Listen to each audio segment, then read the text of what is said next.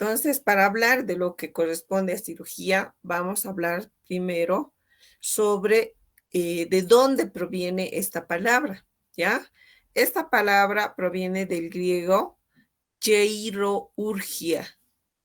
Cheir, que significa mano, ¿sí? Mano. Y ergon, que significa obra, ¿no? También viene del latín manus operatio, ¿no? Que significa curar mediante obras realizadas por las manos, ¿ya? Entonces, ¿a qué se refiere? O ya sacando un concepto, diríamos que es la manipulación mecánica de las estructuras anatómicas con un fin, para un diagnóstico, para una terapéutica o para un pronóstico, ¿ya? Yo les voy a dar las diapositivas. Más bien yo quisiera que atienda, ¿ya? Bueno, el cirujano es la persona encargada de realizar la cirugía. ¿No ve que dentro del equipo quirúrgico tenemos diferentes profesionales, ¿sí? El equipo quirúrgico, ¿por quién está conformado? Está conformado por el anestesiólogo. Está conformado por quién? Por la instrumentadora, por la circulante, ¿ya? Además, comprenden también dentro de este equipo el cirujano, obviamente, y también los manuales que van a realizar la limpieza. Es un equipo. Cuando hablamos de equipo quirúrgico, es que cada uno de ellos tiene una responsabilidad. Cada uno de ellos va a realizar una diferente tarea, una diferente función. En este caso, ¿quién va a realizar la cirugía? Es el cirujano. Bueno, ahora tenemos diferentes tipos de cirugía, ¿no? Con el avance de la tecnología láser, se hace ¿qué cosa? Las cirugías laparoscópicas, ¿no? Que permiten que realizar procedimientos con menos riesgo, ¿sí? Y también una penetración corporal, una menor tiempo de recuperación, ¿sí? Y de hospitalización, ¿sí? Es una opción de tratamiento segura y efectivo. También ahora con la utilización de antibióticos y diferentes tipos de anestésicos, ¿sí? En estos tiempos, la cirugía laparoscópica ha revolucionado tanto que el tiempo de estadía del paciente es menor. Las complicaciones también son menores, ¿sí? ¿Por qué? Porque con las cirugías convencionales, como se llama, se tiene que abrir un espacio de incisión mayor. En cambio, con la cirugía laparoscópica solamente se hacen a través de 3 o 4 orificios, que eso representa una cicatrización menor y un riesgo menor para el paciente. Entonces, la cirugía representa una experiencia estresante, ya que, ¿por qué creen que representa una experiencia estresante? Alguien de ustedes ha debidamente, seguramente, alguno de ustedes ha sido sometido a una cirugía. Por más pequeña que sea la cirugía, produce un estrés, ¿ya? ¿Por qué? Porque eso implica una amenaza a la integridad del organismo y a veces una amenaza a la vida misma, ¿no? Aunque sea una cirugía menor o una cirugía mínima, siempre representa un riesgo, ¿ya? Entonces, por eso se dice que es una situación estresante, ¿ya? Otro factor relacionado a una cirugía es el dolor, ¿sí? El dolor, que es un elemento frecuente que se presenta, ¿no? Aunque sea una cirugía pequeña, va a existir siempre el dolor, ¿ya? Entonces, nosotros como personal de salud tenemos que estar al pendiente de esto, ¿ya? Ahora, ¿cuál es la función de enfermería? ¿Qué vamos a hacer en una cirugía? ¿Qué va a hacer el personal de enfermería? es ayudar a los pacientes a comprender y disminuir el estrés. ¿Qué más va a hacer? Buscar aliviar el dolor, ¿ya? Y obviamente regresar al paciente a un funcionamiento óptimo, ¿sí? En menor tiempo, ¿ya? ¿Para qué? Para que ese paciente, menor tiempo en el hospital, menor complicación en cuanto a infecciones nosocomiales, por ejemplo. ¿No ven? Entonces, eso es lo que nosotros tenemos que contribuir como personal de enfermería. Uno, que el paciente disminuya ese estrés. ¿Y cómo va a disminuir su estrés? Proporcionándole la información necesaria. ¿Cómo vamos a aliviar su dolor? El paciente cuando comprenda su patología y le administremos los analgésicos correspondientes en un horario determinado, va a estar más tranquilo, ¿no? Ahora vamos a hablar sobre los tipos de cirugía, ¿ya? Tenemos tres, de acuerdo a la clasificación, tres, de acuerdo a la localización, a la extensión y al propósito. Según la profundización o localización, vamos a tener lo que son las cirugías internas y las cirugías externas, ¿ya? Las cirugías internas requieren de la penetración en el organismo para intervenir profundamente en un órgano, aparato o sistema del mismo, ¿sí? Presentan cicatrices que pueden ser visibles y ser además complicadas, ¿ya? Entonces, a ver, una cirugía interna, ¿cuándo se la podrá realizar? En el caso de, en el caso de una, del tracto digestivo, una apendicectomía, por ejemplo.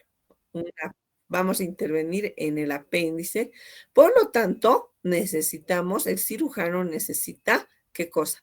Penetrar toda la pared abdominal para llegar ¿a dónde? Para llegar al apéndice y poder extirparlo, ¿ya? A eso se refiere las cirugías internas. Lo mismo, digamos, en una vesícula, ¿no? El cirujano necesita atravesar todo lo que es la pared abdominal para que se pueda ingresar y llegar a la vesícula y poder extirparlo, ¿ya? Luego tenemos, de acuerdo a la localización, las cirugías externas, que generalmente comprenden la piel y los tejidos subyacentes, ¿no? Generalmente estas cirugías son las cirugías plásticas, ¿ya? Pero eso no implica que aunque sean externas y solamente abarquen tejidos subyacentes, eso no implica que sean de bajo riesgo, ¿no? Hay veces mucho más, hasta se puede considerar como una cirugía mayor. Luego tenemos, de acuerdo a la extensión, cirugías menor y cirugía mayor, ¿ya? Una cirugía menor es una cirugía simple que no representa riesgo para la vida. Se utiliza anestesia local, aunque en algunos casos puede usarse anestesia general. Una cirugía menor no necesariamente no implica riesgo. Muchas veces los pacientes pueden presentar hasta alergia a lo que es el anestésico local, ¿no? Entonces, no necesariamente no implica riesgo, ¿sí? En cambio, una cirugía mayor generalmente se lo realiza bajo anestesia general. Este tipo de cirugías obviamente es más seria y puede implicar el riesgo para la vida. Cuando se utiliza anestesia general, ¿qué se produce? Se produce la sedación, ¿no? Entonces puede ocurrir un paro cardiorrespiratorio, por ejemplo, ¿no? Entonces implica mayor riesgo. Según el objetivo o el propósito. Tenemos la cirugía estética, ¿ya? Solicitada por el paciente para mejorar alguna función de su cuerpo, ¿ya? Por ejemplo, tenemos la blefaroplastía. ¿Qué cosa es? El aumento de las mamas, ¿ya? Otro tipo de cirugías, por ejemplo, por la vejez, las personas se hacen hacer cirugía plástica en la cara, se hacen estirar, ¿no? Luego tenemos la cirugía diagnóstica, ¿ya? ¿Para qué sirve ese tipo de cirugía? Para obtener tejidos, tomar una decisión o usar un instrumento de visualización para el diagnóstico. Y en eso tenemos, por ejemplo, las biopsias, ¿ya? En el caso, por ejemplo, de una mama que presente nódulos, que presente bolitas en el pecho, el médico va a querer una biopsia para determinar si esa masa que está en el seno es, tiene, tiene células cancerosas o no, ¿no? Y entonces, si tiene células cancerosas, ¿qué va a optar? Va a optar por hacerla, por retirar la mama, ¿no? O para tomar ciertas decisiones, ¿ya? Luego, otro tipo de cirugía de acuerdo al propósito, tenemos la cirugía exploratoria. ¿Para qué servirá esta cirugía exploratoria? Para confirmar o medición de la extensión del trastorno, ¿ya?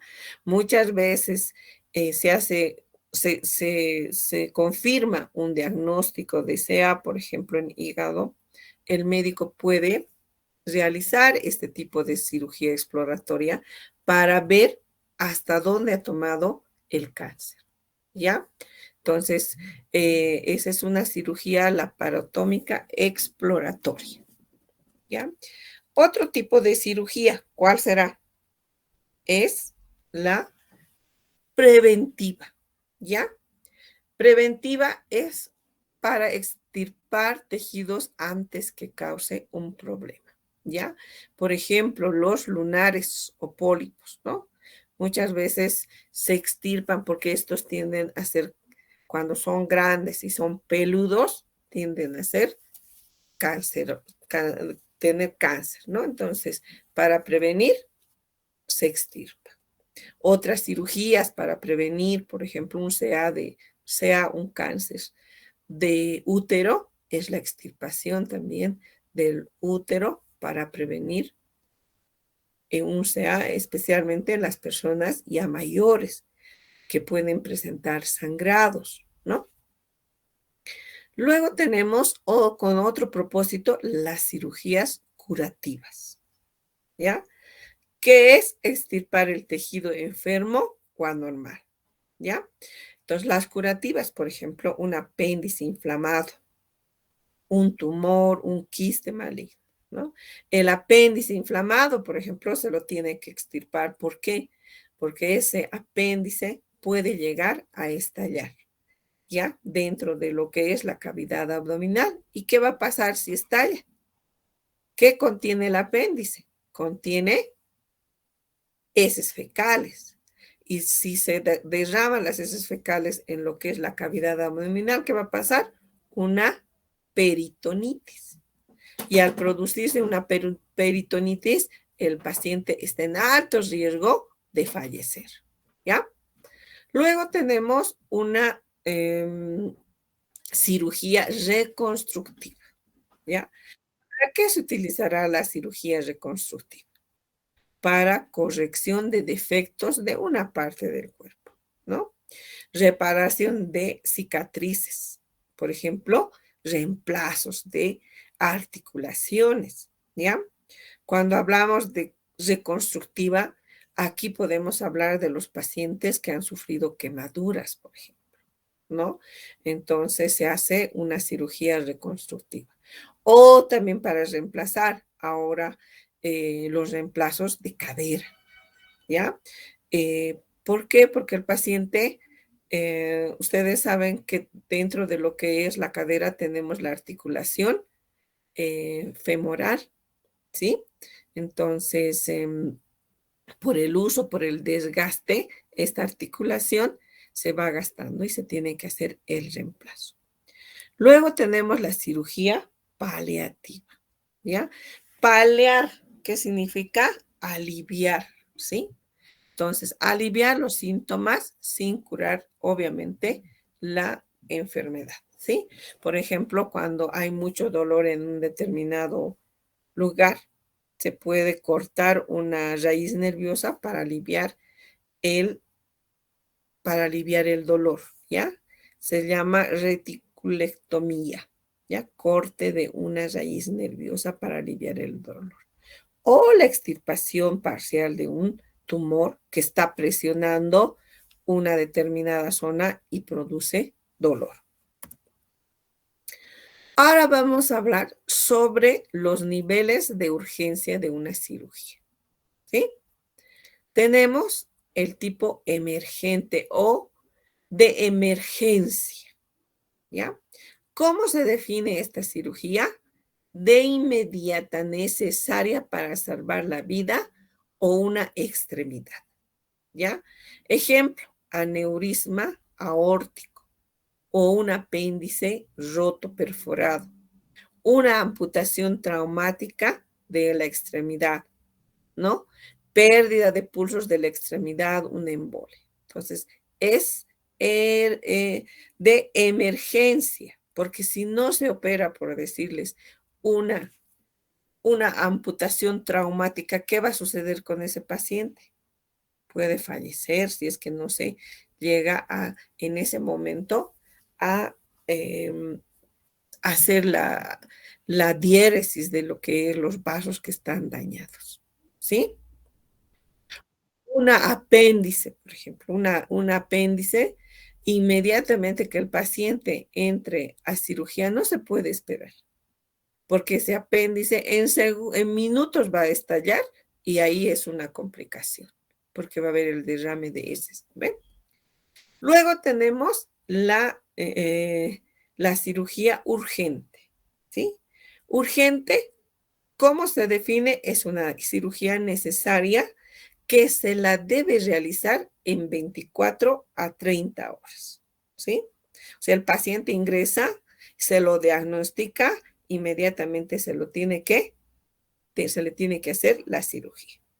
Y ejemplos está la reparación de una fractura, ¿sí? La vesícula biliar, por ejemplo, ¿no? Entonces, por ejemplo, una reparación de una fractura no puede estar más del tiempo determinado. ¿Por qué? De este tiempo determinado, porque esa fractura comienza a consolidarse o de lo contrario puede también complicarse si es que no está bien movilizada, por ejemplo, ¿no? Luego tenemos el otro tipo que es la cirugía electiva, ¿sí? Esta cirugía electiva es planeada y programada, ¿ya?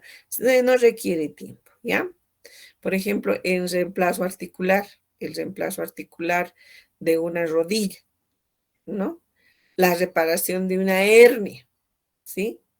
Entonces, la reparación de una hernia, ¿por qué? Porque se tiene el tiempo de que, a no ser que sea una hernia estrangulada, ¿no?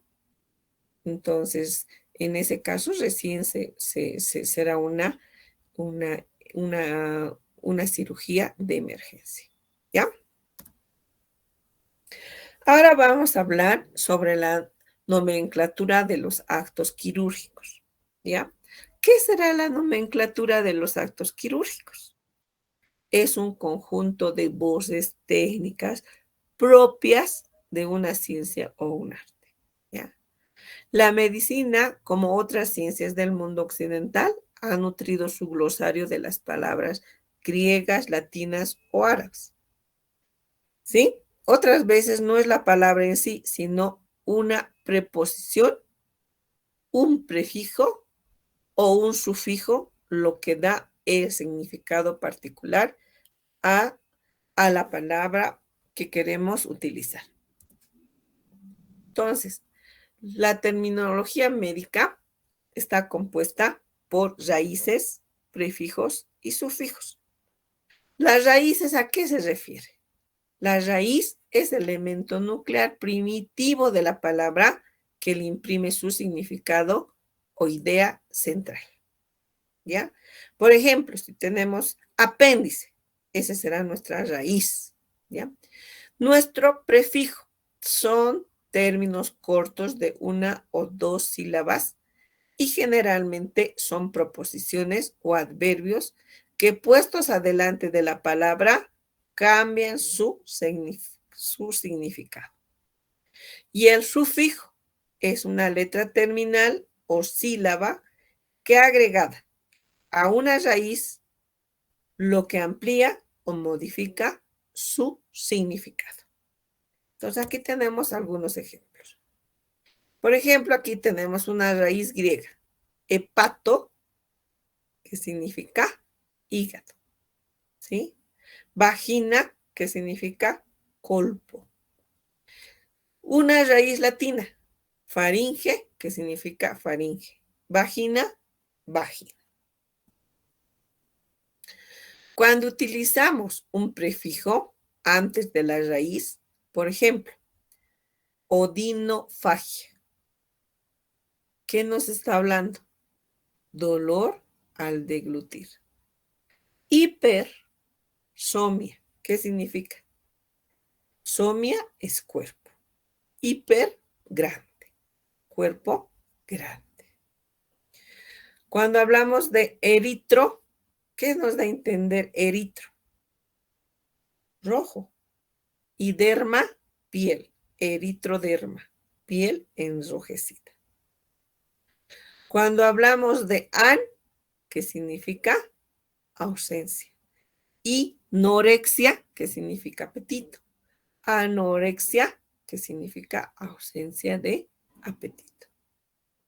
Cuando hablamos de macro, ¿qué significa? Grande. Cefalia, cabeza. Macrocefalia, una cabeza grande. Sufijo, palabra que va después de la raíz, ¿no? Nuestra raíz en este caso es gastro y el sufijo itis. ¿Qué significará? Gastroitis. Inflamación de la mucosa gastro. Rino, ¿qué significa para nosotros rino? Secreción y rea nasal. Ahora, prefijo, raíz, sufijo. Vamos a utilizar periamigdalitis. Peri, amig y itis, inflamación alrededor de la amígdala. Peri, que significa alrededor. Amígdala, amígdala, y litis, inflamación. ¿Sí? Otorrinolaringólogo. ¿Qué significa? Tres raíces y sufijos. Especialista en patología del oído, nariz y laringe, ¿no? Rino, laringo, primero oto, ¿no? Que significa oído. Rino, nariz y laringo, logo, estudio, ¿no? Especialista en patologías del oído y nariz. Gastroenterocolitis. Gastro, estómago. Entero, intestino, delgado y grueso. Enterocolitis, inflamación. Histerosalpingo-oforectomía. ¿Qué significa? Histero, útero. Salpingo, que significa trompas de falopio. Y ofor, ovarios. Y ectomía, extirpación. Extirpación del útero, trompas de falopio y ovarios, ¿no? Ahora vamos a ir definiendo algunos términos, ¿ya? Diéresis, que viene del griego división, ¿ya? La diéresis, ¿qué es la diéresis? Es el procedimiento a través del cual se dividen los tejidos orgánicos o corte del tejido con la finalidad de obtener una vía de acceso dentro de los mismos, ¿ya? Cuando estemos nosotros en técnica quirúrgica y estemos armando nuestra mesa, vamos a hacer la división diéresis. Entonces, cuando hablemos de diéresis, estamos hablando ¿de qué? De procedimientos de corte. Y cuando hablamos de diéresis y hablamos de instrumental de corte, ¿qué estaríamos hablando? De bisturí, de tijeras. ¿No ve? Hemostasia. ¿Qué será la hemostasia? Cuando hacemos una incisión, hacemos la diéresis, ¿qué se hace? Se provoca una hemorragia. Y la forma de detenerla, ¿cuál es? Haciendo la hemostasia. Entonces, la hemostasia viene del griego hemo, que significa sangre, y estasias, detener. Como les decía, cuando estamos haciendo el armado de nuestra mesa de mayo para la intervención quirúrgica, vamos a poner el instrumental de diéresis, porque el cirujano ¿con qué va a hacer la corte? Luego nos va a pedir ¿qué cosa? Hemostasia. Aquí, ¿qué pinzas irán en la hemostasia? Si dice detener, las pinzas, las queles, ¿ya? Hay otro tipo de pinzas que son más finas, las mosquitos que las llamamos, ¿no? Entonces, para eso van a utilizar. También utilizarán compresas húmedas, ¿ya? Luego, tomía. ¿Qué significa la tomía? Significa que viene del sufijo griego tome, corte sinónimo de incisión. Se reserva para los tejidos profundos y va precedida por la palabra que designa el órgano sobre el cual se actúa. Ejemplo, gastrostomía. ¿Qué nos está diciendo esta palabra? Gastrostomía. Incisión del estómago. ¿Sí? Osteomía. ¿Qué significa? Osteo, hueso, ¿no? O sea, la incisión en el hueso. Craniotomía. ¿Qué significará? Incisión de qué? Del cráneo. Cuando se desea entrar a la cavidad torácica, ¿qué significará? Toracotomía. ¿Sí? Laparotomía. ¿Sí? Muy bien.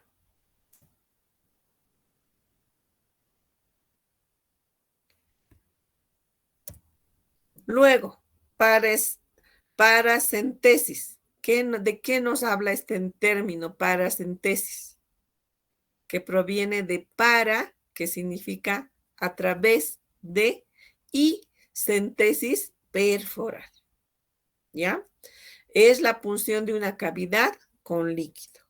Si el líquido está en la pleura, se llama toracocentesis. Ahí en la imagen estamos viendo que le han hecho una toracocentesis, es decir, que le han introducido un tubo, ¿sí? Y muchas veces se realiza esta toracocentesis por un trauma, por ejemplo, que ha sufrido el paciente. Puede haber sangre en los pulmones. Y si no se drena aquello, el paciente puede morir, ¿ya? O también puede ser por una tuberculosis séptica, ¿sí? Que dentro del pulmón hay pus. Entonces se tiene que drenar aquello, ¿ya? Luego, lisis. ¿A qué hace referencia lisis? Que viene del griego y significa disolución, ¿ya? Son las maniobras tendientes a liberar órganos anormales, ¿sí? Por ejemplo, enterolisis, pleurolisis, separación de adherencias intestinales o pleurales, ¿ya? Enterolisis, hay que retirar las adherencias intestinales, ¿sí? o pleurolisis. Hay que retirar lo que está en adherencia a las pleuras. Otro, extirpación. Ahí están viendo, ¿no? Es gráfico lo que están viendo. De latín, estirpes, que significa extirpar la raíz. ¿Ya? El sinónimo griego es exéresis también, ¿ya? Que significa separar hacia afuera. En este caso, le han hecho la extirpación de la mama, ¿ya? Ectomía. ¿Qué significa este término de ectomía? Cuando este sufijo se une a la palabra que designa un órgano, significa la extirpación de este. Gastrectomía, ¿qué nos está diciendo? Colecistectomía, ¿qué nos está diciendo? Gastrectomía, la extirpación del estómago, ¿no? Colecistectomía, la extirpación de la vesícula. Ostomía, ¿qué significa? La ostomía significa avocación, creación de una abertura permanente o temporal entre los órganos huecos y el exterior, ¿ya? Gastrectomía, ¿qué significará esto? O coledocostomía, es el abocamiento del colédoco al exterior, ¿sí? En algunos casos, a través de una sonda o tubo. Colostomía, es el abocamiento del colon, ¿ya? Se hace una abertura en el abdomen y se deja una abertura para que por ahí salgan las heces fecales, ¿ya? Esa, la colostomía, generalmente lo vamos a ver en problemas por obstrucción intestinal, por ejemplo, ¿ya? Luego tenemos este otro término que es anastomosis, ¿ya? ¿Qué será la anastomosis? Unión entre sí, ¿ya? Cuando dos órganos huecos son unidos entre sí, se anastomosan, ¿ya? Ejemplo, en la gastrectomía subtotal del estómago puede unirse el duodeno o el yeyuno y se denomina gastroduodenoanostomosis o gastroyeyunostomía. Ya. Ahora, por ejemplo, están de moda lo que son las cirugías de reducción del estómago para tratar la obesidad. Entonces, ¿qué hacen en esta cirugía? Retiran un pedazo del estómago y directamente lo unen a lo que es el intestino, al duodeno, ¿no? Entonces, ahí, por ejemplo, se estaría hablando de una gastroduodenoanastomosis, ¿ya? Luego también se designa también con la palabra ostomía al final de una palabra compuesta. Por ejemplo, gastroduodenostomía o gastroyeyunostomía, que significa unión del estómago con el duodeno o el estómago con el yeyuno respectivamente. Plexia, ¿qué significa? Palabra griega que significa fijar, ¿ya? Nefroplexia, ¿qué significará nefro? Ya nos está hablando del riñón. Y si hablamos de plexia, fijar. Es la fijación del riñón en la tosis renal. Tosis, ¿qué será? Caída, ¿no? Plastía, ¿qué significa? Sufijo griego que significa formar, moldear, ¿ya?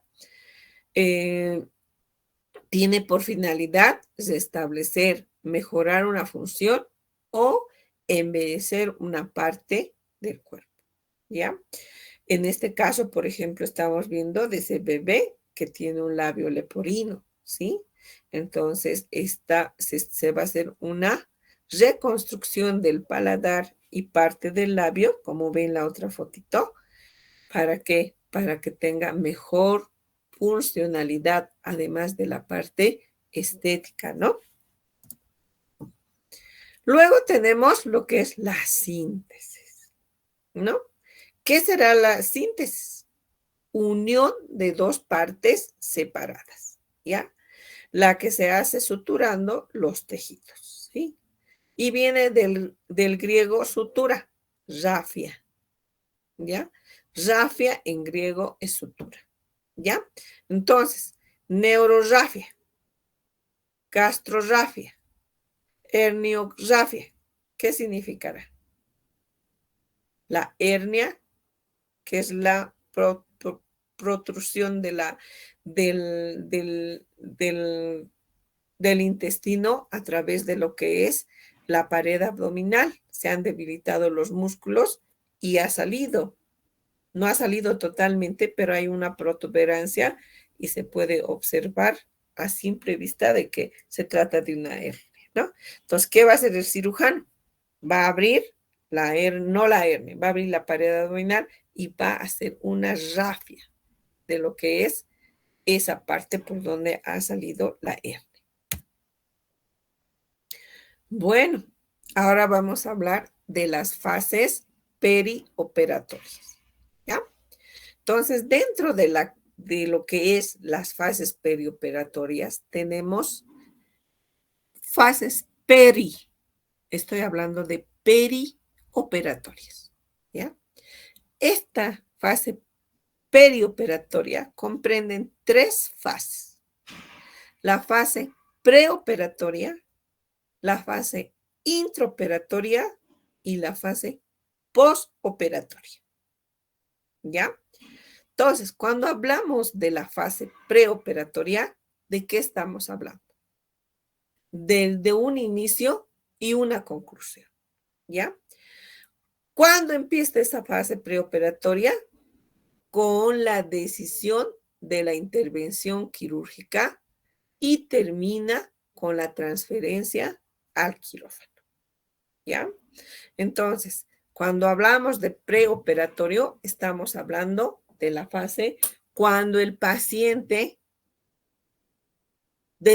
toma la decisión de la intervención quirúrgica.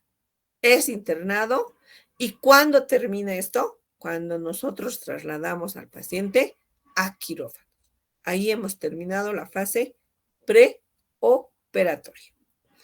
Luego tenemos la otra fase que le sigue, que es la fase intraoperatoria. ¿Cuándo comienza esta fase intraoperatoria? Comienza cuando se recibe al paciente en el quirófano y termina con la admisión en la unidad de recuperación. Perdón un ratito. Hola. Sí, bueno. ¿Cómo está? Buen día. ¿Me escucha? Dice, estoy en el hospital de la mujer como jefa de enfermería interina. ¿Ya? Y ahorita me han entregado el corporativo y he ido leyendo un mensaje que le había mandado a la licenciada de asistentes asistenciales. Sí. Y dice, ¿puedo enviar recién? Porque acabo de leer un mensaje hasta la licenciada Laura. Mamita, tienes que enviarme esa, mira, yo le he enviado la anterior semana y ella ni me ha tenido la gentileza de contestarme. Entonces, por favor, pero que sean las que han colaborado, porque hay otras que ni siquiera nos han colaborado y nos han puesto trabas en todo. Por favor. Ya dicen, voy a revisar los otros desde enero, en qué servicios han estado y de acuerdo a eso voy a enviar. Lo más antes posible y qué bien que estés y ojalá que te quedes como jefe. Sí. Ay, no, qué tontera. Ya, entonces voy a esperar porque ahorita yo ya no soy responsable del internado, pero tengo que presentar esa lista. Ya, y dice la nota o solo lista o una nota dirigida a usted o a la directora hay que mandar. Directamente a la directora. Ya, sigue la licenciada, ¿no? Exacto, sí, sigue. Muy bien. ¿Ya? Listo. Muy bien, Lice. Ya. Gracias. ¿Por qué? Pues hasta luego. Hasta luego, felicidades.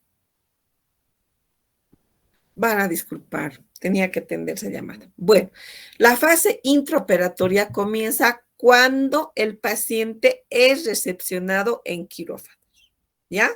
Y termina cuando el paciente es admitido a la sala de recuperación. Luego tenemos la fase posoperatoria. ¿Cuándo comienza la fase posoperatoria? Cuando nos recepcionan en la sala de recuperación y termina cuando el paciente es valorado, ha recuperado toda su actividad dentro de lo que corresponde a su nivel de conciencia y es transferido a su sala y luego esta fase comprende desde la recuperación y alta del paciente. Entonces tenemos etapas dentro de este posoperatorio, lo mismo que en el preoperatorio, ¿sí? Y vamos a ir describiendo cada uno de ellos. Entonces, los cuidados en el preoperatorio, ¿cuáles serán o qué son? Son acciones realizadas previo al acto quirúrgico. ¿Y cuáles son los objetivos de este preoperatorio? Estimar el riesgo operatorio, prevenir y manejar las posibles complicaciones posoperatorias, preparar psicológicamente al paciente, ¿ya? ¿Y cuáles son los cuidados que nosotros tenemos que tener? Mejorar el estado general del paciente antes de que éste ingrese a la cirugía. Si hubiera algún déficit, hay que corregirlo. ¿Para qué? Para mantener o recuperar el estado nutricional del paciente. ¿Para qué más? Para prevenir las infecciones. Planear la indicación quirúrgica correcta a través del examen médico, anamnesis y estudios complementarios de rutina y especiales que el paciente pudiera tener.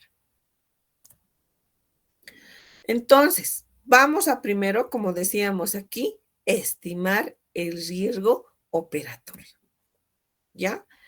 Entonces, dentro del medio asistencial se tendrá que considerar la infraestructura, el personal, ¿sí?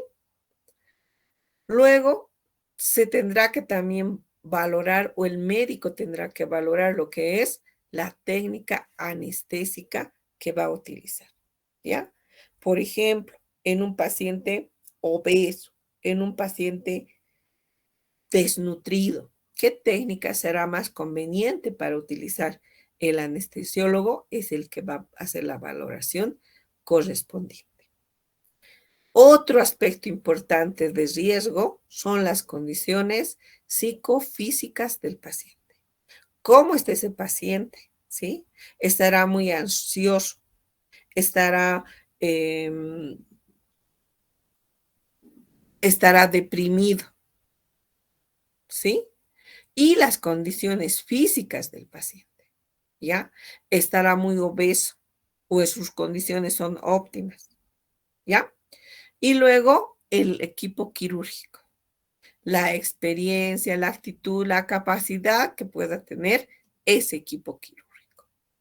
Y otro riesgo importante que se tiene que considerar es la magnitud de la cirugía.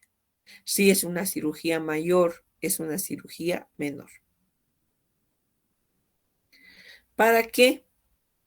¿Para qué se va a hacer esta valoración de riesgo? Para ver la probabilidad que aparezcan resultados adversos, enfermedades o puede ocurrir la muerte como consecuencia de la cirugía. Por eso es importante valorar lo que es el riesgo quirúrgico. Ahora vamos a hablar sobre la asistencia inmediata.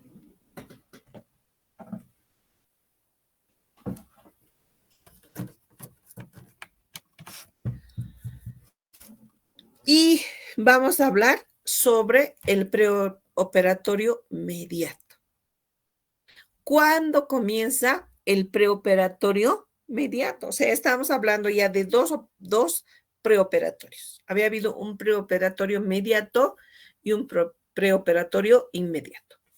El preoperatorio inmediato comienza desde que se decide el acto quirúrgico hasta 24, 48 horas antes de su realización, ¿no? Obviamente este tiempo va a variar de acuerdo a las distintas cirugías que se programen, al tipo de cirugía que se programe. ¿Y se inicia cómo? Se inicia con la historia clínica, a fin de valorar a través del examen del estado general del paciente. ¿Ya? Se completa este examen con las investigaciones de una serie de pruebas de laboratorio y otros estudios de acuerdo a las distintas patologías que pudiera presentar el paciente. Entonces, aquí tenemos la valoración de riesgo quirúrgico, que es el grado de riesgo que entraña un procedimiento quirúrgico y ve afectado por qué. ¿La edad, ustedes creen que es un riesgo? Sí lo es. ¿El estado nutricional será otro factor de riesgo? Lo es. ¿La situación inmunológica será otro factor de riesgo? También. Las enfermedades concomitantes, es decir, que aparte de un apéndice que tiene inflamado el paciente, puede tener neoplasias, puede tener infecciones, puede tener traumatismos, estrés quirúrgico, etcétera, ¿no? Se incluyen además otros factores dependientes de la cirugía, como la indicación urgente programada, el tipo de cirugía, una cirugía mayor, una cirugía menor. Y dentro del acto quirúrgico tenemos esta clasificación de la Sociedad Americana de Anestesiología, que dice de la siguiente manera. Tenemos ASA 1, el paciente está sano, es menor de 65 años. Su única patología es la que ha motivado a la cirugía. ASA 2 es el paciente con patología coexistente, es decir, el paciente puede tener ya una diabetes, pero esta está compensada, que es un paciente mayor de 65 años, el paciente está obeso, el paciente está con estómago lleno o es una paciente embarazada.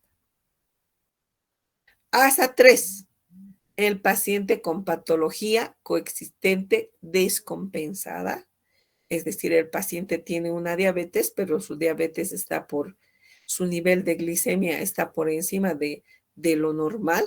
¿Cuánto será el valor de la glicemia? Es de 70 a 110. Puede estar este paciente por encima de los 200. Entonces está descompensado el paciente.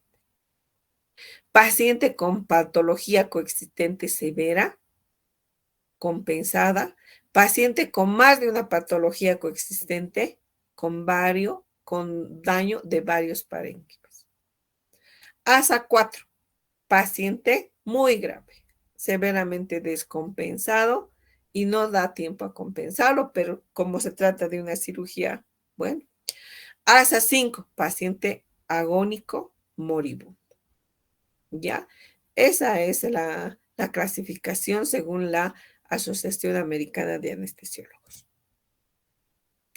Ahora, dentro de lo que corresponde a las pruebas diagnósticas de rutina, bueno, esta tarde también sus compañeros nos van a hablar sobre las pruebas diagnósticas que se realizan en este tipo de pacientes, ¿no? De rutina, el hemograma completo, ¿sí? ¿Qué permite saber qué nos da, qué datos nos manda el hemograma completo? Las cifras de los hematíes, ¿no?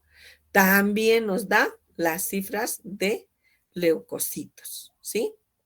El recuento de plaquetas, la concentración de hemoglobina y el hematocrito. A través de este hemograma podemos saber si el paciente está con anemia, ¿sí? Si su recuento de plaquetas está alta o está baja, ¿sí? Si está con infección con los leucocitos, ¿sí?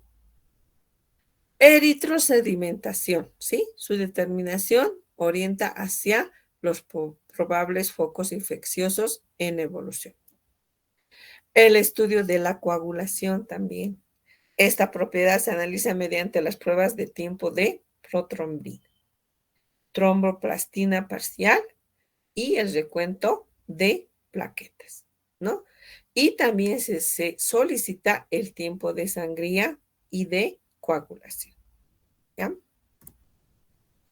Luego tenemos esta otra prueba, que es la proteinograma, ¿sí? ¿Qué nos dice esta prueba de proteínas? Dice, en cirugía de gran envergadura y sobre todo cuando se efectúa grandes resecciones y anastomosis viscerales o en pacientes en mal estado de nutrición, hipoalimentación, que como por ejemplo los pacientes que tienen cáncer, ¿sí? Fístulas del tubo digestivo, se pierden bastante proteínas, ¿ya? ¿Y eso en qué va a influir? En la presión osmolar, ¿ya? La glucemia en esta determinación es fundamental para el descubrimiento de la diabetes, ¿no? Muchas veces la diabetes está ignorada por el mismo paciente. Muchas veces no sabe que tiene una diabetes, por ejemplo, ¿no? Y esto de la glicemia, el control de la glicemia, ¿para qué nos va a servir? Para en esos días, en esas 48 horas que tenemos, el médico puede hacer las correcciones necesarias, ¿ya? Luego, evaluación de la función hepática, ¿ya? En casos de intervenciones prolongadas o con agentes anestésicos hepatotóxicos o en pacientes con alteraciones de sus sistemas hepatobiliar, puede haber ictericia. El paciente puede ser alcohólico y puede tener cirrosis. Entonces, la función se mide por lo general según la actividad enzimática en el suero como las transaminases, ¿ya? Luego, la urea. También se hace las pruebas diagnósticas de la urea, ¿no? Las cifras elevadas pueden traducir una insuficiencia renal que puede ser inaparente, pero que deben ser corregidas, ¿ya? Las pruebas de creatinina sérica, ¿para qué nos servirá saber el nivel de creatinina? ¿Qué es la creatinina? La creatinina es el subproducto de ¿qué? Del metabolismo muscular y se excreta ¿dónde? A través de los riñones en forma constante, por lo que constituye una excelente medida de índice de filtración medular. Que un aumento de su nivel puede ser indicador de insuficiencia renal o deshidratación. Fíjense. Entonces, por ejemplo, ustedes tienen que tener una tablita pequeña donde ustedes ahí pongan sus valores normales de todo, de orina, de sangre, cosa que obviamente usted no se va a acordar todo, entonces para eso es su tablita, para que usted diga, ¿cuánto es el nivel de creatinina? ¡Ah! Este paciente tiene elevado la creatinina, ay, sus riñoncitos entonces no están bien, ¿no? Y ese dato le puedes pasar, muchas veces los médicos no se fijan. Entonces tú le puedes pasar el dato al médico para que vea y se pueda hacer la corrección necesaria, ¿ya? También se utilizan la orina completa. La orina completa que se va a valorar el color, el pH, la densidad, la presencia de proteínas, glucosa, cuerpos cetónicos y sangre. ¿Será normal que haya sangre en el examen de orina? No. ¿Será normal que haya proteínas? No. ¿Será normal que haya glucosa? No. Entonces, ¿qué está pasando? ¿No? Además, permite detectar infecciones urológicas que pueden complicar el curso postoperatorio, ¿no? Y a través del estudio de su densidad y del sedimento urinario conocer los posibles daños sanguíneos. También es necesario una prueba sobre electrolitos séricos, ¿sí? Es necesario esto para los electrolitos, ¿qué función cumplirán? Especialmente sodio, potasio, cloruros y otros iones. Puede haber desequilibrio electrolítico, ¿no ve? Entonces el paciente puede estar deshidratado durante y después de la intervención. Entonces ya se hará la corrección necesaria. ¿El grupo sanguíneo será importante? Sí. El paciente tiene que entrar con su grupo sanguíneo, ¿no? A, O, B, AB. ¿Por qué? Porque si va a ser sometido a una cirugía y necesita ese momento sangre, no van a estar ese ratito haciéndole la prueba para ver qué tipo de sangre tiene, sino ya está en su historia clínica qué tipo de sangre, qué factor tiene, para que inmediatamente ya se tomen las precauciones y se vea qué tal si es un tipo B negativo. ¿Acaso en nuestro país hay? Habrá uno que otro, difícil de conseguir, ¿no ve? Entonces, todo eso se tiene que tomar en cuenta. Dentro de la valoración física, chicas y chicos, la edad. Es importante tomar en cuenta la edad. La mortalidad es más alta en edades extremas y se incrementa de forma progresiva con la edad. Los ancianos serán más vulnerables a tener complicaciones, ¿sí? ¿Por qué será más difícil, más complicado que los ancianos tengan dificultades o complicaciones? ¿Por qué? Porque su movilidad, por ejemplo, del paciente es más difícil, ¿sí? Su expansión pulmonar estará alterada. Con los años todo se gasta, ¿no ve? Entonces, por eso hay que considerar la edad, ¿no? Y además, pero sin embargo, los problemas dependen más de la edad, del estado de los órganos y sistemas, ¿sí? En los ancianos, decía, el riesgo se relaciona con los cambios degenerativos que por la edad uno va teniendo, ¿no? A un joven, por ejemplo, un muchacho que ha sufrido un trauma cráneoencefálico, es más fácil que se recupere que una persona mayor, ¿sí? La adaptación al estrés quirúrgico disminuye en razón al deterioro de las funciones orgánicas, ¿sí? Los pacientes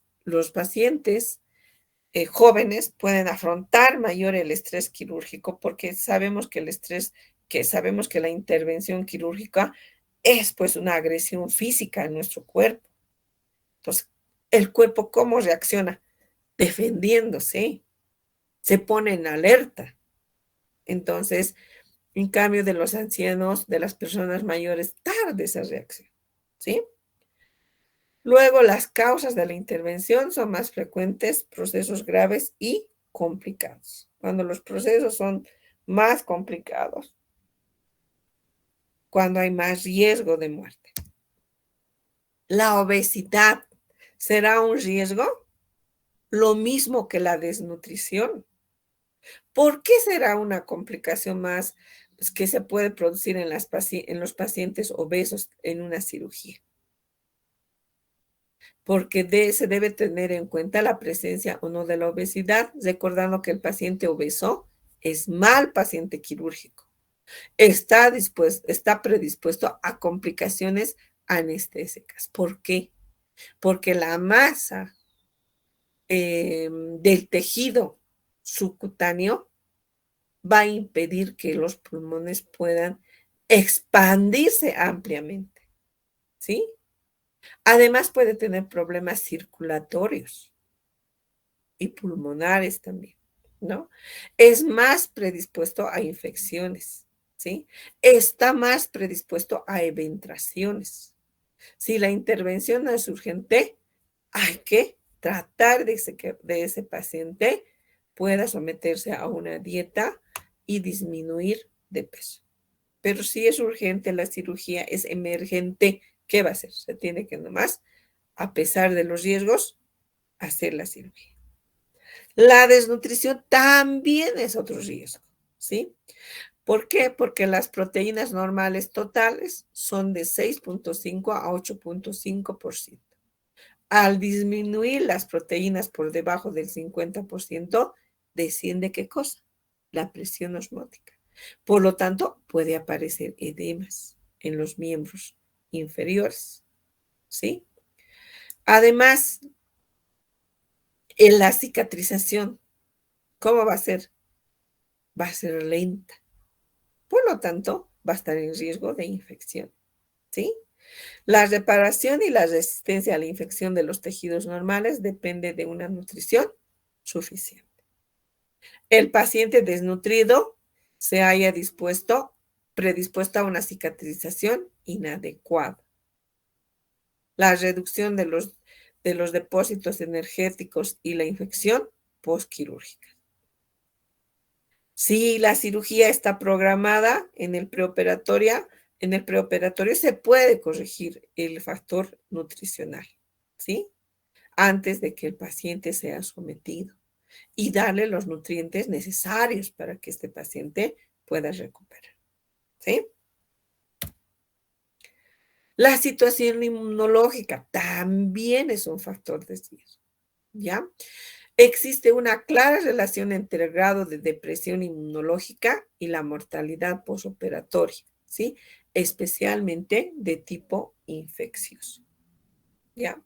Gran número de pacientes quirúrgicos tienen algún grado de alteración inmunológica relacionados con la desnutrición, con la medicación, con el cáncer o con la sepsis. ¿Ya? Como les decía, la cirugía es una agresión hacia nuestro cuerpo, ¿sí? Por lo tanto, va a haber una disminución en la respuesta inmunitaria, ¿ya? La insuficiencia suprarrenal orgánica secundaria a la ingestión de esteroides es una patología importante, ya que la secreción de cortisol es imprescindible para la respuesta a la agresión quirúrgica, ¿ya? Su presencia justifica los cuadros de hipotensión, fiebre, náuseas, vómitos, debilidad o mareos en el posoperatorio. Imagínense que un paciente esté recibiendo corticoides. Al recibir corticoides, se disminuye la secreción de cortisol en los riñones, ¿no? Y obviamente el paciente va a estar más propenso a todo lo que les he indicado. La diabetes, ¿no? La diabetes es un factor también de riesgo. La agresión quirúrgica provoca elevación significativa de la glucemia por mecanismos humoral y nervioso. El paciente que tiene diabetes es más propenso a sufrir mayor estrés y por lo tanto se van a elevar sus niveles de glucemia, ¿sí? En la diabetes no controlada, el principal peligro es la hipoglucemia, que puede surgir durante la anestesia o después de la cirugía y es consecuencia de la ingestión deficiente en hidratos de carbono o sobredosis de insulina. Fíjense, la hiperglucemia se la puede controlar, pero hay veces la hipoglucemia que puede surgir dentro de la cirugía es más difícil de controlar, ¿sí? Luego, el paciente cardíaco, ¿no? Que se somete a cirugía tiene un elevado riesgo relacionado con la acción depresora de los anestésicos por la función cardiovascular y con alteración hemodinámica originada o agravada por la hemorragia o por el ingreso masivo de líquidos. O sea, el paciente cardíaco está sujeto a presentar alteraciones, porque va a perder sangre en la cirugía, por lo tanto va a haber una reposición. Y ese corazón, ¿cómo está trabajando? ¿Sí? Si sobrecargamos con líquidos, ¿qué va a pasar con ese corazón? ¿No? Patología respiratoria. Los pacientes quirúrgicos con patología respiratoria tienen una elevada tasa de complicación posoperatoria, ¿sí? Respiratoria a causa de la acción depresora de los anestésicos y de la modificación de la función respiratoria provocada por la cirugía y por el dolor. ¿Ya? Los pacientes que tienen alguna patología, por ejemplo, pueden presentar una tuberculosis, ¿sí? En este caso, ahora que varias personas se han contagiado o han sufrido lo que es el COVID, ¿qué ha pasado con sus pulmoncitos? ¿No? Entonces, antes, y yo me imagino que ahora también, antes de una cirugía, harán pues los exámenes sobre la función respiratoria, ¿no? La patología renal, también es importante hacer la valoración, ¿sí? Dice, en los riñones se excretan los anestésicos y sus metabolitos, ¿ya? Está contraindicada las operaciones en pacientes que tienen nefritis aguda, insuficiencia renal aguda u otros problemas renales agudos, salvo que sea como una medida para salvar la vida o necesario para mejorar la función de las vías urinarias como una uropatía obstructiva, ¿no? Se puede taponear lo que es los conductos urinarios con un cálculo, por ejemplo. En ese caso será necesario. Pero si el paciente tiene estos trastornos, no. Primero se tendrá que hacer la corrección. Porque la agresión quirúrgica puede alterar la función renal, ¿sí? En cuanto a problemas de líquidos y electrolitos, el equilibrio ácido-base, ¿ya? El equilibrio electrolítico como consecuencia de la respuesta córtico-suprarrenales al estrés, las reacciones hormonales producen la retención de sodio y agua y pérdida del potasio en los primeros de 2 a 5 días del posoperatorio. Entonces, por ejemplo, aquí hay que considerar toda esa situación. En pacientes con hepatopatías, ¿ya? Que deterioran la capacidad del hígado para metabolizar los medicamentos, que acentúan el riesgo anestésico, ¿no? Se asocian también a trastornos de la coagulación, ¿sí?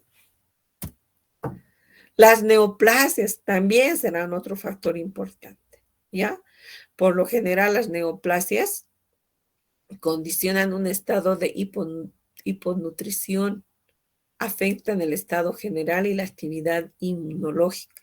Estos efectos se acentúan con la radioterapia o la quimioterapia. Un paciente que está sometido a quimioterapia difícilmente será pues candidato a cirugía, a no ser que sea una cirugía de emergencia que represente salvarle la vida. Porque ¿qué se utiliza cuando se hace la quimioterapia? Se utilizan medicamentos muy fuertes. Estos medicamentos no distinguen si son células cancerosas o células normales. Va a destruir todas las células. Por lo tanto, en una quimioterapia, si el paciente va a producir reacciones, va a producir vómitos. Entonces, automáticamente en ese tiempo que el paciente esté recibiendo una quimioterapia, va a disminuir su sistema inmunológico, va a disminuir su nutrición, porque tampoco va a tener ganas de comer, ¿no? En enfermedades infecciosas también se considera de mayor riesgo, ya que la cirugía incrementa los efectos, ¿sí? Hipermetabolismo, secuestro de líquidos, proliferación bacteriana, ¿ya? En este caso, por ejemplo, en enfermedades infecciosas, se tiene que revisar, por ejemplo, si tuviera alguna infección, un foco de infección. Por ejemplo, chicas, cuando se va a hacer una cirugía, un trasplante se va a hacer un reemplazo de cadera, el paciente no tiene que tener ningún foco de infección. Parecería que las muelas, los dientes cariados no son focos de infección, sí lo son. Entonces, el paciente tiene que hacerse curar todas sus muelas, sus dientes, todo, para que no tenga focos de infección. Otro factor de riesgo es el traumatismo, ¿sí? La agresión quirúrgica se suma a la acción traumática con alto riesgo de infección y hemorragia, ¿ya? A no ser que sea para salvar la vida, un abdomen agudo, por ejemplo, ¿no? Se tiene que innecesariamente operar al margen del traumatismo que haya sufrido. Y el estrés quirúrgico, ¿no? El estrés quirúrgico, la ansiedad extrema puede acrecentar el riesgo quirúrgico. El nivel de ansiedad no siempre corresponde con la gravedad del procedimiento quirúrgico. Algunas veces el paciente siente temor de morir durante una cirugía y será necesario aplazarla, ¿ya? Todas las personas temen a las cirugías, todas las personas, ¿no? Aunque se trate de, a ver, anda al dentista, ¿te van a sacar la muela? ¿Te causa ansiedad o no? Porque te van a poner anestesia. Te van a sacar una uña. ¿Crees que no te va a causar ansiedad? Te va a causar ansiedad, ¿sí? Bueno, pero ahí estamos los ángeles de blanco que vamos a mitigar ese estrés del paciente, ¿ya? Entonces aquí, la preparación preoperatoria comprende ¿qué cosa? Estos aspectos, ¿ya? Aspectos administrativos, exámenes preoperatorios, preparación preoperatoria inmediata, la valoración de enfermería, la educación preoperatoria.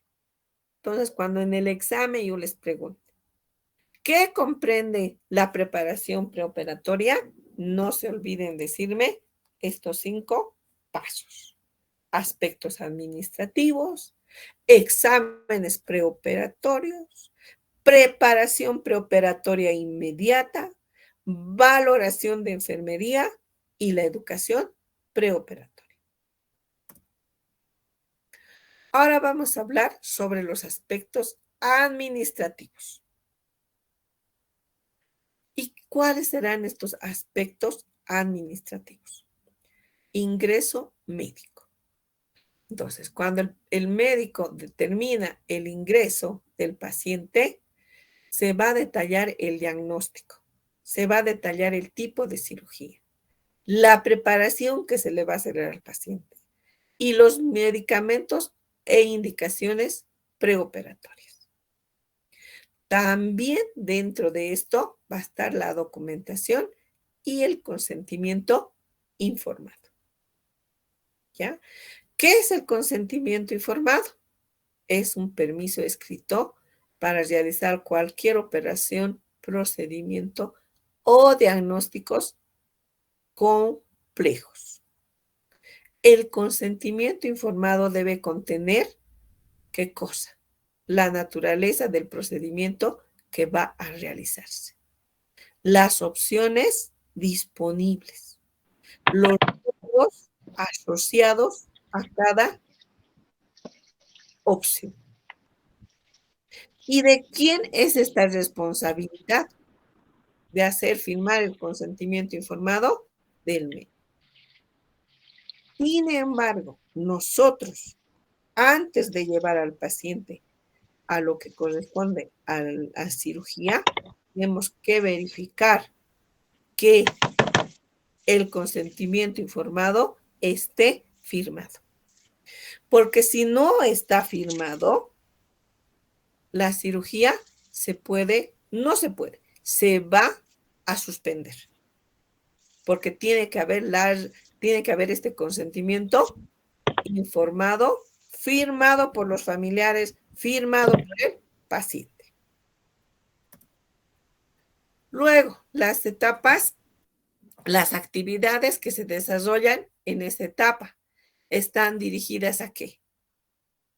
A la valoración física, a la valoración psicológica del paciente, la identificación de sus necesidades, la planeación de los cuidados, su ejecución y enseñanza preoperatoria. ¿Cómo vamos a hacer nosotros la valoración preoperatoria? ¿A través de qué vamos a hacer?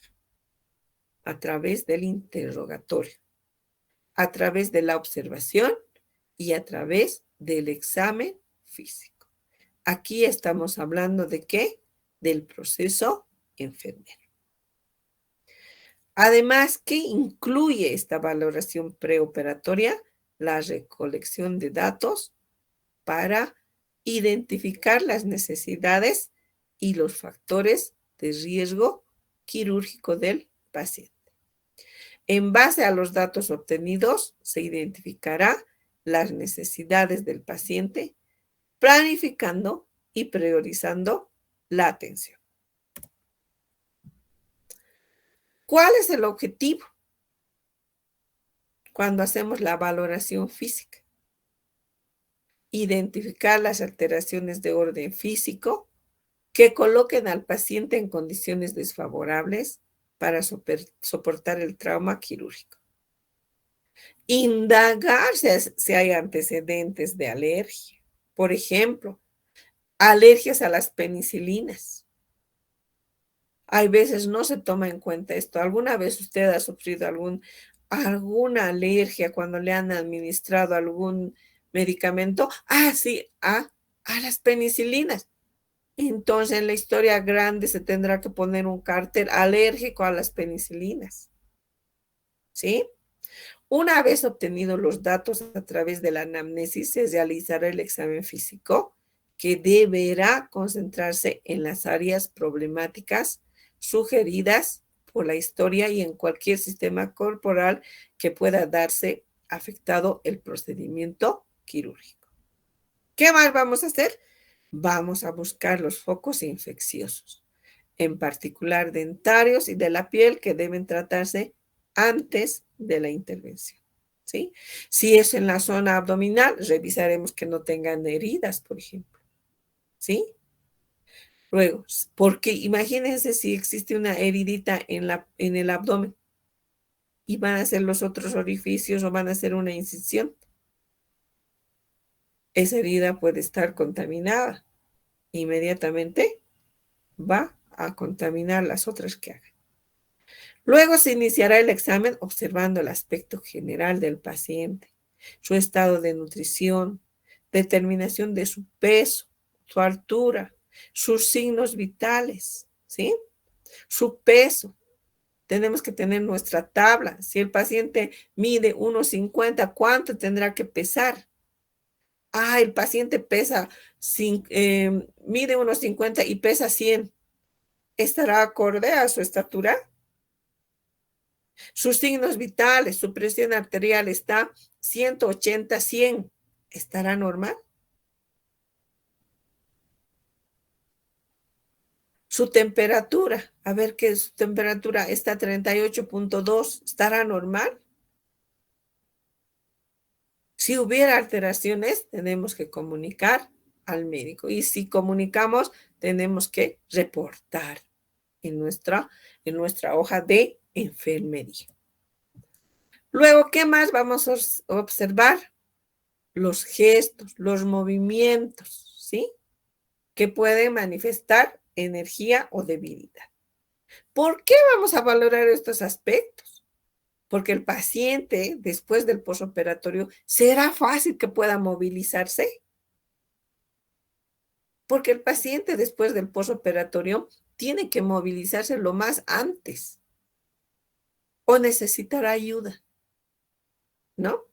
Los signos vitales para detectar anomalías, la frecuencia cardíaca también, o el pulso, ¿sí? Luego las arritmias también se tendrán que valorar. Cuando hablamos de la cabeza y el cuello, las ingurgitaciones de las yugulares, ¿sí? Puede denotar una hipovolemia o una insuficiencia cardíaca si están expandidas, ¿sí? El estado de la mucosa oral, ¿sí? Se vela también, ¿qué cosa? La hidratación del paciente, ¿ya? Porque el paciente deshidratado puede sufrir desequilibrios electrolíticos durante la cirugía. La piel, ¿sí? La enfermera debe observar la piel cuidadosamente, ¿sí? ¿Qué más? En relación al tórax y pulmones, la respiración, cómo es la expansión torácica, ¿sí? La disminución de la capacidad de ventilación puede provocar complicaciones respiratorias. El corazón y el sistema vascular, los datos obtenidos en el preoperatorio en relación al pulso se comparan con los luego de los postoperatorios. El abdomen, se valorará el volumen, la distensión, la simetría, ¿sí? Luego, en el postoperatorio, el peristaltismo normal no se reanuda inmediatamente y los ruidos pueden estar disminuidos o ausentes durante algún. Entonces, nosotros en el preoperatorio valoraremos por los ruidos el peristaltismo del paciente. Porque en el postoperatorio, si se trata de una cirugía abdominal, posiblemente estén disminuidos. Luego, ¿qué más? La experiencia previa, ¿no ve? Puede influir sobre la respuesta fisiológica ante. Me han intervenido quirúrgicamente y no podía pararme o no podía respirar. Me ha ido mal. Ahora no sé cómo me irá, ¿sí? Los hábitos del paciente, el tabaco, si consume cigarrillos, ¿qué puede pasar con el tejido pulmonar? ¿Sí? Puede haber en los fumadores, ¿qué puede pasar? Esto puede influir en los anestésicos también. El alcohol, ¿sí? Consume alcohol, no ocasionalmente o semanalmente, ¿no? Durante la anestesia puede ocasionar problemas. La actitud mental. Una ansiedad moderada es una respuesta normal a la cirugía, ¿no? Una ansiedad severa puede aumentar el riesgo quirúrgico. La comprensión del procedimiento quirúrgico es importante. El paciente tiene que estar informado de qué cosa se le va a hacer, dónde se le va a hacer, ¿ya? Es importante que el paciente comprenda. Señora, sí, señorita, me van a operar de la vesícula. Y sí, señora, vamos a hacer esto, vamos a hacer para que usted, vamos a hacer su control de sus signos vitales, vamos a hacer esto. Luego le vamos a llevar al quirófano, ahí usted va a entrar, le vamos a llevar en camilla, le van a le van a pasar a la mesa de operaciones, ahí le van a poner anestesia general, ahí está la instrumentadora, que ella es la que va a hacer la recepción. Después le van a pasar. Si el paciente está informado, va a disminuir su nivel de ansiedad. Pero si el paciente no está informado, va a decir, ¿qué me espera? ¿Qué voy a hacer? No sé qué me hará, ¿no? El temor, ¿no? El temor a morir es siempre, o no despertar, chicas. El dolor también, la desfiguración, las cicatrices que me puedan quedar, ¿sí? Y la preparación psicológica. No solamente se debe hacer la preparación al paciente, también a la familia, ¿sí? Que nos expresan sus preocupaciones, sus temores, ¿sí? Hay que dar la oportunidad al paciente para que hable de sus dudas, para que realice sus consultas. El contacto físico es importante, ¿ya? Ahora que ustedes están en tercero, no se olviden de lo que les han enseñado. Agarrar la mano del paciente o toparle con la mano el hombro, decirle, le va a ir bien, tranquilo. Hace mucho más que ponerle un medicamento, ¿sí? La confianza que ustedes le den, ¿sí? Las enfermeras no somos ogros, ¿ve? Somos seres humanos que necesitamos el contacto con nuestro paciente, ¿sí? Nuestra principal misión, ¿cuál es? Servir. Entonces, no se olviden nunca, no lleguen ya a ser licenciadas y hay que llevar al de la cama 10, hay que llevar al de la cama 1 ya. No, por lo menos tómense la molestia de ir y verificar qué se llama el paciente. Y la enseñanza preoperatoria. Mucho va a depender de lo que usted enseñe para que el paciente salga bien, ¿sí?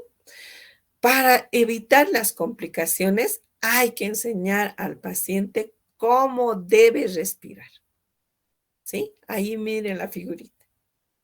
Dice, a fin de prevenir complicaciones respiratorias, se enseñará al paciente a realizar respiraciones profundas, agarrarse la herida con una almohadita y toser. El paciente por dolor no quiere respirar profundamente y mucho menos toser. Pero ¿qué pasa si el paciente no respira, no expande los pulmones y no saca esas secreciones respiratorias? Se van a acumular y al acumularse, ¿qué va a producir?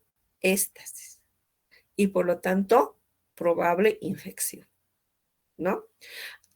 También hay que enseñarle a hacer los ejercicios pasivos y activos de los miembros inferiores para mejorar la circulación y prevenir la éstasis venosa y por lo tanto la formación de coágulos.